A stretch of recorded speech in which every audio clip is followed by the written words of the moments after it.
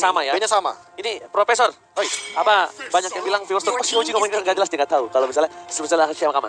dia nggak malah makin gak jelas tuh. Salah ya. Emang Oji itu bukan ngomongnya tidak jelas. Ini budem-budem dengerin ya. Dia itu ngomongnya jelas. Tapi emang harus ada adaptasi sekitar 1-2 tahun. Lama banget. Lama emang. Oke. Ntar dulu, Yif lagi nih. Pertanyaannya adalah apakah Esmeralda-nya akan diamankan oleh Onyx PH? Jadi bisa. Karena sejujur-jujurnya orang yang pernah jujur, Ya. ini Esmeralda dari Bang R7 benar-benar mendebarkan Land of Dawn. Masalahnya di late game aja, dia masih bisa ditahan. Benar. Masih bisa diberhentikan. Atau bahkan Profesor, ini kan tetap bermain Matilda. Tapi bukan untuk seorang Baloiski, tapi untuk seorang Bimo. Bimo ya. Iya, Matilda masih ada kayaknya untuk tim Onyx PH feeling aku. Dan bahkan kita lihat di sini tim Onyx PH Your team is Wow, iya tapi. karena dia mau mengamankan tabrak gaming. Atau mereka akan memainkan yang namanya backstep bokong gaming. Oh, tiba-tiba Iya. air panas settingan dengan musuhnya. Nah, itu yang sangat mengerikan. Karena kita tahu Luoi dengan dispersion rotation, dan ini yang bukan sekedar heavy rotation, akan menghentikan beberapa gerakan dan memberikan absorb damage ketika dispersionnya connect. Namun, ingat, dispersion adalah absorb damage, dan Esmeralda akan senang akan hal tersebut. Serta Tuan Muda Lancelot. Oke, Tuan Muda Albert akan membuktikan kalau dia akan kasih tahu nih cara main Lancelot yang bener kayak begini, bos, gitu, Be. Apakah akan seperti itu, Profesor KB? Itu kalau bahasa kolom komentar. Kalau bahasa yang normalnya atau kerennya, revenge pick. Revenge pick. Nah, jadi gantian. Ketika Lancelot tadi sudah diamankan oleh teman-teman Onyx PH, terutama untuk seorang Kairi. Ya. Sekarang Lancelot diamankan oleh Tuan Muda Lancelot. Lancelot tapi ternyata Alice dan bahkan Claude yang diamankan untuk kali ini. Claude tidak akan bermain untuk tim Onyx PH yang padahal dia menggunakan hero tersebut sebelumnya. Ini ada kemungkinan mau ngamanin Yishun sih kali ya Onyx PH. Bisa jadi. Wah, Ngapa barengan? chemistry. Ben, yes. Ben YSS-nya, itu dia. Kalau adalah PSS menjadi salah satu buah permasalahan, hilangkan dari muka bumi. Langsung berhentikan pergerakannya. Dan inilah saatnya. Dan tim Arkeos untuk memberhentikan dan membekuk PSS untuk tim Onyx PH. Membekuk. Berarti harus masuk freezer dulu ya, biar membekuk. Your team is banning. Oh, membekuk. Benedetta. Berarti di sini ada kemungkinan Benedettanya ini bisa di EXP laner. Mungkinkah untuk Blar atau jangan-jangan untuk Kairi? Yang pasti, Ararki Hoshi. Kemungkinan terbesarnya adalah mereka bisa mengamankan satu back laner lagi. Bisa clean lagi nih. Clean lagi. Bisa. Soalnya apa? Soalnya udah ada Benedetta yang di ban. Dan kalau ini Your adalah team satu is hero yang banning. bisa loncat kayak Yuzong, ini udah obvious banget mau main marksman dari Ararki Hoshi. Tapi satu, Profesor KB. Ini kayaknya dari Onyx PH kalau misalnya bermain marksman lagi, dia malah seneng. Percaya sama gua.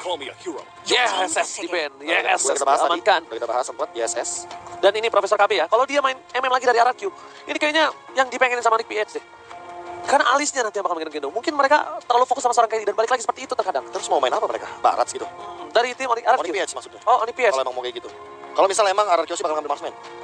Enggak, maksudnya kalau Onyx PH tuh emang maunya RRQ pakai marksman. Karena alisnya. Mau ditabrak lah. Makanya dia ngamanin Harit tanpa ada data, tapi dia lihat di mana nanti di late game, dia kira bisa ditangkap oleh alis. Gitu. Oh iya. Dia pengen, dia pengen banget malah marksman karena tadi melihat adanya Skylar menjadi tombak kedua dan mereka melihat Lancelot yang di mana late game bakal fall off. Ya. Tandanya bakal ada gold laner scaling yang sangat penting untuk Ararki Hoshi. Dan Pertanyaannya, itu apa yang dia. bakal diamankan sama Kairi kalau gini? Oke, Kalau Yishun sudah di ban, Roger kayak agak sedikit sayang menurutku. Kalau Roger ya. Karena kalaupun Ararki Hoshi bakal gue dengan marksman-nya lagi. marksman yang nggak bisa ditangkap, mobilitasnya cukup tinggi selain Claude. Nathan, udah di ban. Selain Nathan, Kalau mau jadi jungler kurang dong. Ah kan, Your Bruno team lagi. is picking. Bruno, Ruby untuk Finn, masih. Skylar, Bruno. Wah ini line up yang cukup solid ya dari Ararki Hoshi. Mereka udah siapin early, late game, mid game-nya. Ready semuanya Bruno, harus di babysit juga. Ini kalau misalkan emang mau satu hero yang punya Aulus kan. Junglernya soalnya masih kurang. Aulus Racing. Aulus Racing diamankan oleh Kairi.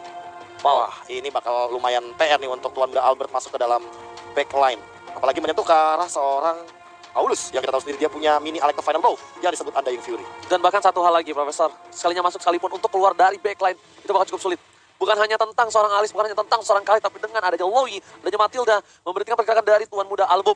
Dan ini bisa jadi sebuah metode baru dari Onyx PH. Ya. Karena kalau kita menengok kemarin Onyx PH selalu bermain early game, bukan nengok ke belakang sini, Pak. Oke. Dari kemarin mereka bermain early game, early stage yang sangat amat cepat. Tapi dengan mengamankan Aulus, mereka mau main scaling tentunya di game yang kedua kali ini. Mereka malah ingin membawa game ini menuju ke arah late game dengan Elis dan Aulus. Game kedua dari Arkeoshi versus Onyx PH. Kita sudah melihat 1-0 untuk Arkeoshi dan inilah dia. Game kedua kita masih dipandu dengan duo emas. Oke, dan ada salam dari Dita Coliani. Dia bilang kita sahabat RFC, semoga 2 poin. Semangat Amin. buat Ranger Mas, Omawa, KB, dan juga Pak Pulung. Tapi ternyata ada ikan paus. Ikan paus kali ini. Kita bakal masih menunggu. Oke, Be, dari draft seperti ini. Marki yang kita tahu permainan agresivitasnya cukup tinggi. Jadi menurun ya? Hah? Jadi menurun. Elis Jadi menurut, tapi di metode late game dia malah bakal memancing keributan. malah feelingku ya. Nggak sampai late game gitu dia. Dia nungguin sampai jadi winter doang. Baru coba untuk main agresif. Oke. Dia bisa nabrak kan kalau Nah makanya dia bakal lebih agresif setahu aku. Walaupun di early-nya dia kagak untuk bermain poking banget. Karena dia kan harus ambil minionnya, orbs-nya yang dibutuhkan. sambil ini nih Ranger Mas. Ya. Sambil kita ngomongin orbs. Noh, di tengah-tengah dari pemain Onyx PH ada yang kayak bedak-bedakan gitu. Coba jelaskan Ranger Mas, untuk pemain core face hand yang bahkan setara dengan Tuan Muda Albert, itu buat apa emang? Untuk memperlincin. Memperlicin. Iya, dari handphone itu biar nggak keset. Kalau kena keringet atau apa jadi keset, jadi nggak face hang. Oh, jadi Karena- face hand harus pakai bedak gitu ya? Iya, karena kan banyak metodenya, entah bedak, entah tepung, entah keringat, banyak. Tepung? Tepung, benar banyak. Kalau karambol di rumah saya main pakai tepung. Oke, tapi kali ini back to the game. Blar sudah kehilangan beberapa HP-nya dan bahkan Finn sudah dipaksa untuk mengeluarkan satu click out di early game seperti ini. Oke, Albert yang memiliki keuntungan di early game seperti ini mencoba untuk melakukan farming terlebih dahulu. Tapi di dalam top lane sana, lihat dari Blar masih untuk mengganggu, masih one by one situation dengan seorang R7. Bimo mengganggu pergerakan dari seorang Albert dan bahkan Bimo terkena damage yang cukup banyak.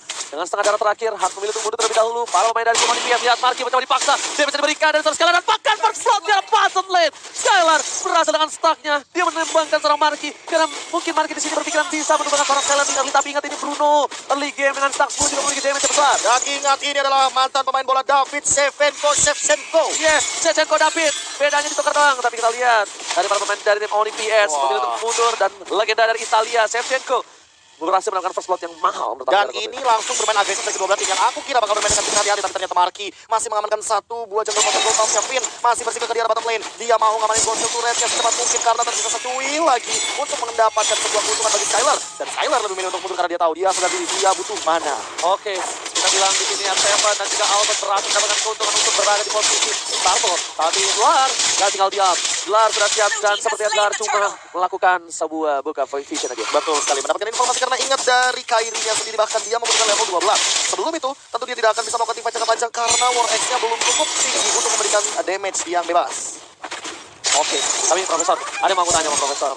Ini benar-benar cukup berbahaya sebenarnya. Lihat one by one situation, Albert versus Kairi. Dan Messi ke arah belakang. Dan bahkan lihat Albert kehilangan satu buah Little Wanderer-nya. Tanpa adanya retribution dari Albert itu kayak masih wajar karena Kairi ready dari retributionnya dan dia belum retukar tato tapi di arah bottom lane-nya dari tadi. Lihat Skylar, dia benar-benar makan banyak banget dan bahkan dia masih mau sekitar 60 gold yang ada. Baleski bakal mundur dan balik dengan recall yang tersedia.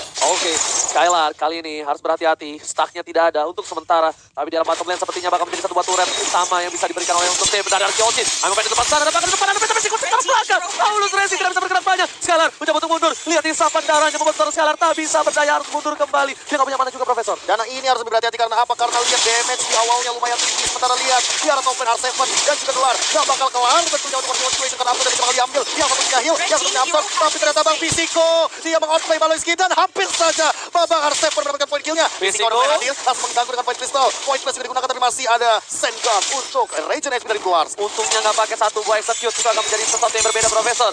Meanwhile, dari bottom lane, Skylar seperti akan coba untuk membantu pergerakan dari seorang Albert untuk mendapatkan satu buah turtle. Dengan adanya 10.000 gold dari PS berbeda dengan 2.000 dengan tim Arkeoshi. Arkeoshi berdominasi untuk kali ini.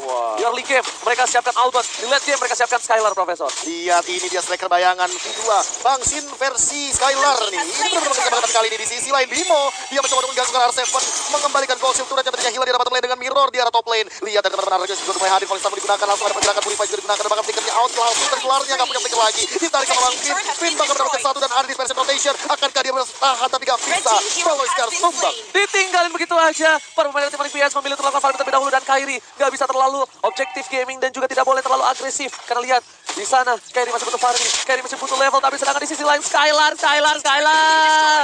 benar-benar bermain dengan luar biasa. Lihat Skylar mendapatkan satu buah objektif lagi di tengah turret mid lane yang mahal sekali Profesor. Dan ini nggak tahu kenapa ya, entah kenapa Kairi-nya benar-benar bisa dan farmingnya. Dan perbedaannya udah lumayan kelihatan.